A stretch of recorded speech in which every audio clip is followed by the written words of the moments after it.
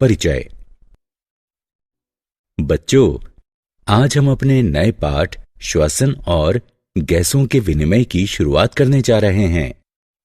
कोई मुझे बता सकता है कि हम सांस कैसे लेते हैं? सर, श्वसन एक प्रक्रिया है जिसमें पेशी संकुचन के कारण वायु भीतर ग्रहण की जाती है और उसके बाद पेशी शिथिलन के कारण वायु बाहर निकाली जाती है। बहुत अच्छे राहुल। और मनुष्यों में श्वसन अंग कौन से हैं? सर, मनुष्यों में फेफड़े होते हैं जो वातावरण के साथ गैसों का विनिमय करने में उनकी सहायता करते हैं। बहुत अच्छे रेखा। और श्वसन तंत्र के विकार क्या हैं? हमें नहीं पता है सर। ठीक है, अब मैं तुम्हें श्वसन की पूरी प्रक्रिया और इसके विकारों के बारे में बताऊंगा। इस पाठ में आप श्वसन और गैसों के विनिमय के बारे में जानेंगे।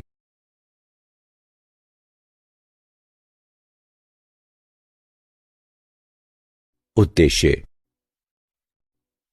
इस पाठ के अंत में आप निम्न करने में सक्षम हो जाएंगे: श्वसन अंगों की व्याख्या करना, मानव श्वसन तंत्र का वर्णन करना, श्वसन की क्रियाविधि का वर्णन करना, श्वसन आयतन और क्षमताओं की व्याख्या करना, गैसों के विनिमय का वर्णन करना, गैसों के परिवहन का वर्णन करना, श्वसन के नियमन के बारे में जानना, श्वसन तंत्र के विकारों की सूची बनाना।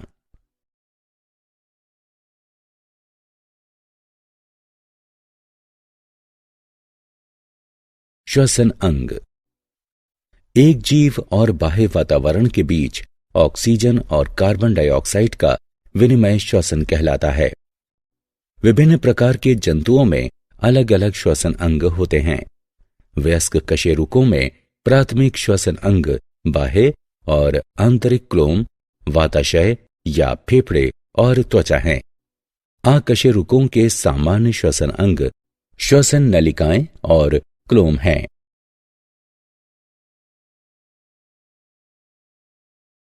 मानव श्वसन तंत्र।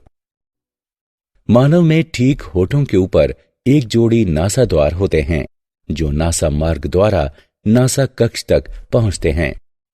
नासा कक्ष नासा ग्रसनी कहलाने वाली एक गुहा में खुलते हैं।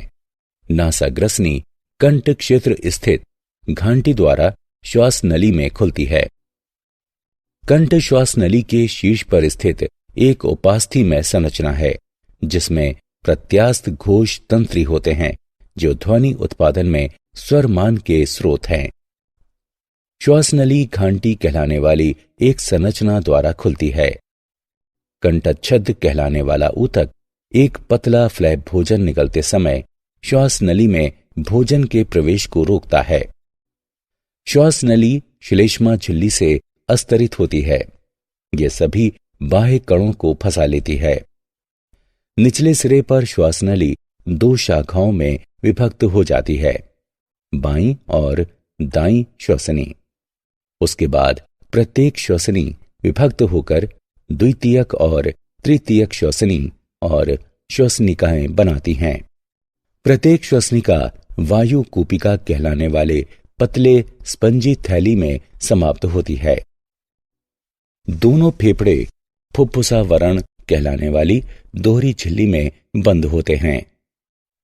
फुफ्फुसावरण फेफड़ों की सुरक्षा करता है और घर्षण से बचाता है।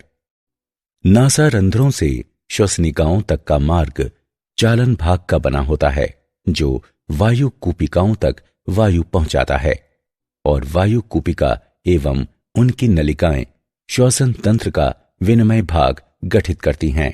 फेफड़ों के नीचे डायाफ्राम होता है। डायाफ्राम मजबूत पेशियों का एक आवरण है जो फुफ्फुसी गुहा की तली पर स्थित होता है। डायाफ्राम श्वसन तंत्र के लिए बहुत आवश्यक है।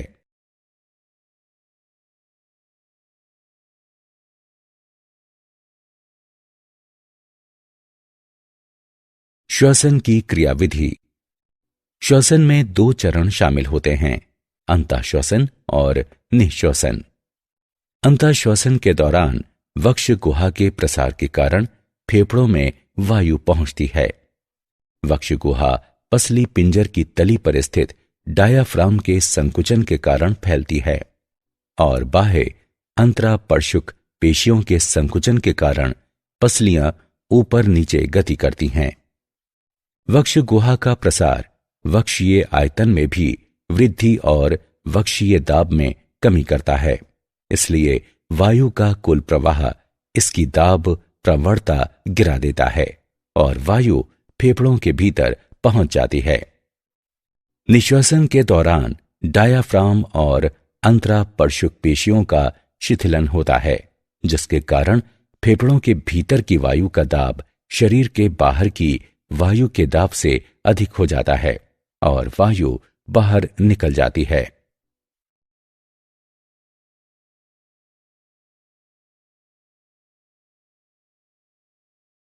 श्वसन संबंधी आयतन और क्षमताएं। ज्वारीय आयतन यानी टीवी। सामान्य श्वसन के समय प्रत्येक श्वसनीय चक्र में अंतःश्वासित या निश्वासित गैस का आयतन ज्वारीय आयतन कहलाता है।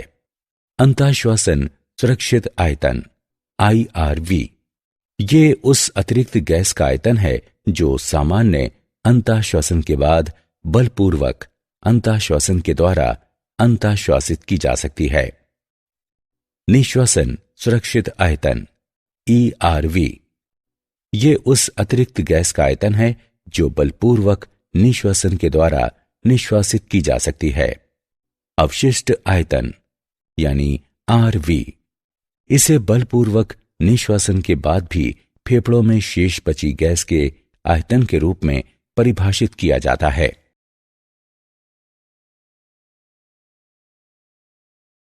श्वसन संबंधी आयतन और क्षमताएं।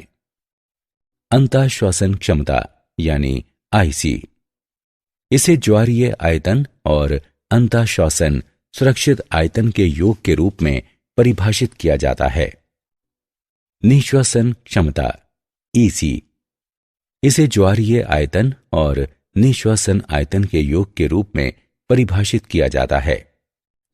क्रियाशील अवशिष्ट क्षमता इसे निश्वासन सुरक्षित आयतन और अवशिष्ट आयतन के योग के रूप में परिभाषित किया जाता है। जैव क्षमता यानी VC गैस का वो आयतन जो अधिकतम अंतःश्वासन की समाप्ति पर फेफड़ों से बलपूर्वक बाहर निकाला जाता है। फेफड़ों की कुल क्षमता अधिकतम अंतःश्वासन की समाप्ति पर फेफड़ों के भीतर गैस का आयतन।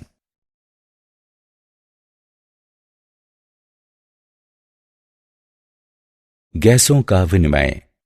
सभी जीव वातावरण के साथ गैसों का विनिमय करते हैं। गैसों का विनिमय आवश्यक है ताकि उपापचयी प्रक्रियाओं के लिए कोशिकाएं आवश्यक गैसें प्राप्त कर सकें और गैसीय उपापचयी अपशिष्ट को बाहर निकाल सकें। श्वसन के माध्यम से गैसों का रक्त के द्वारा वायुमंडल के साथ विनिमय होता है। फेफड़ों के वायु कोशिकीय स्थानों में ऑक्सीजन का आंशिक दाब रक्त में उपस्थित ऑक्सीजन के आंशिक दाब से अधिक होता है। इसलिए फेफड़ों की वायु से ऑक्सीजन लाल रुधिर कोशिकाओं में विसरित हो जाती है। साथ ही रुधिर में कार्बन डाइऑक्साइड का आंशिक दाब फेफड़ों की वायु में उपस्थित कार्बन डाइऑक्साइड के आंशिक दाब से अधिक होता है। इसलिए लाल रुधिर कोशिकाओं से कार्बन डाइऑक्साइड विसरित होकर फेफड़ों की वायु में पहुंच जाती है। ऑक्सीजन युक्त रुधिर फुफ्फुसीय शिरा द्वारा हृदय तक पहुंचता है। इसके बाद सिस्टमैटिक धमनियों द्वारा इसे शरीर में पंप किया जाता है। शरीर के ऊतकों में ऑक्सीजन का आंशिक दाब रक्त में उपस्थित ऑक्सीजन के आंशिक दाब से कम होता है। इसलिए ऑक्सीजन लाल रुधिर कोशिकाओं से शरीर के ऊतकों में विसरित हो जाती है। रक्त में कार्बन डाइऑक्साइड का आंशिक दाब शरीर के ऊतकों में उपस्थित कार्बन डाइऑक्साइड के आंशिक दाब से कम होता है। इसलिए कार्बन डाइऑक्साइड लाल रुधिर कोशिकाओं में विसरित हो जाती है। ऑक्सीजन की कमी वाला रक्त सिस्टमैटिक शिरा द्वारा हृदय में पहुंचता है और उसके बाद इसे फुफ्फुसीय धमनियों द्वारा फेफड़ों में पंप किया जाता है, जहां गैस विनिमय पुनः ऑक्सीजन युक्त रुधिर प्रदान करता है और कार्बन डाइऑक्साइड को बाहर निकालता है।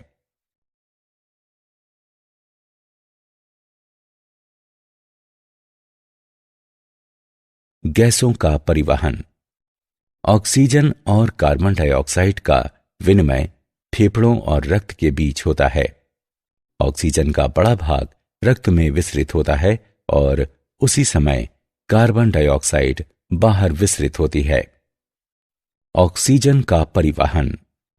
लगभग 97% ऑक्सीजन का परिवहन लाल रुधिर कोशिकाओं द्वारा किया जाता है। आरबीसी में ऑक्सीजन हीमोग्लोबिन के साथ जुड़कर ऑक्सी हीमोग्लोबिन बनाती है। हीमोग्लोबिन संयुग्मित प्रोटीन है। इसमें 4 हीम समूह और ग्लोबिन होती है। हीमोग्लोबिन का रंग बैंगनी होता है, लेकिन ऑक्सी हीमोग्लोबिन का रंग चमकीला लाल होता है। ऑक्सीजन गैस के आंशिक दाब के कारण ये आसानी से हीमोग्लोबिन के साथ जुड़ जाती है। ऑक्सीजन का हीमोग्लोबिन के साथ बंधन कार्बन डाइऑक्साइड के आंशिक दाब पर हाइड्रोजन आयन सांद्रता, ताप और विभिन्न अन्य कारकों पर भी निर्भर करता है।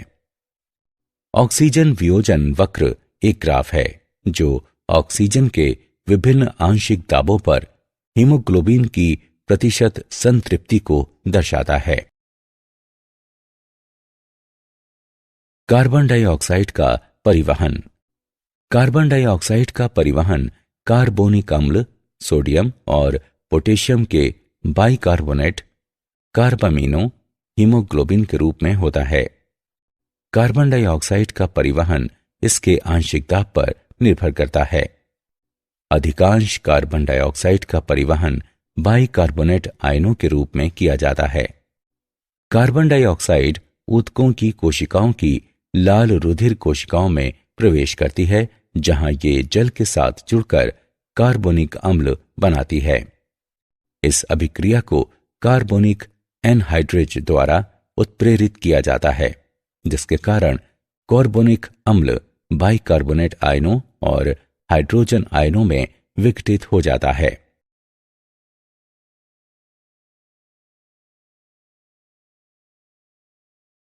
श्वसन का नियमन। श्वसन का नियमन तंत्रिका तंत्र द्वारा किया जाता है। तंत्रिका तंत्र में श्वसन केंद्र, अभिवाही और अपवाही तंत्रिकाएं शामिल होती हैं। मेड्यूला ओब्लांगाटा और पोन्स के श्वसन केंद्र रक्त में ऑक्सीजन और कार्बन डाइऑक्साइड के स्तर के बारे में संवेदी जानकारी एकत्र करते हैं और श्वसन पेशियों तक संकेत भेजने के लिए उनका निर्धारण करते हैं।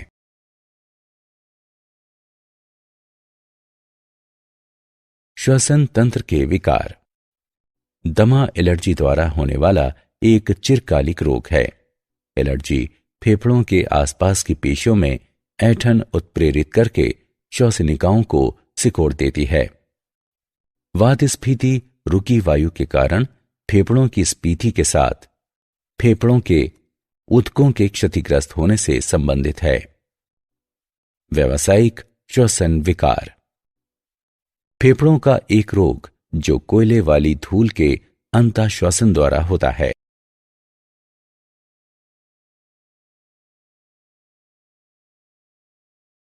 क्या आप जानते हैं, लोग जिनके फेफड़ों की क्षमता अधिक होती है वे अपने शरीर में तेजी से ऑक्सीजन भेज सकते हैं। अधिकतर कशेरुकी जंतुओं में 2 फेफड़े होते हैं।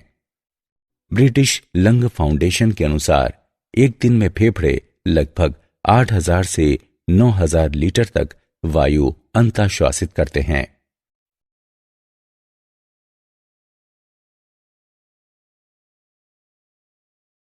सारांश। आइए हमने जो कुछ सीखा है उसे संक्षेप में दोहराएं। किसी जीव और बाह्य वातावरण के बीच ऑक्सीजन और कार्बन डाइऑक्साइड का विनिमय श्वसन कहलाता है। श्वसन में 2 चरण शामिल होते हैं, अंतःश्वसन और निःश्वसन। प्रत्येक श्वसन चक्र में अंतःश्वासित या निःश्वासित की गई गैस का आयतन ज्वारीय आयतन कहलाता है। गैसों का विनिमय ऑक्सीजन और कार्बन डाइऑक्साइड के आंशिक दाब पर निर्भर करता है। ऑक्सीजन और कार्बन डाइऑक्साइड का विनिमय फेफड़ों और रक्त के बीच होता है।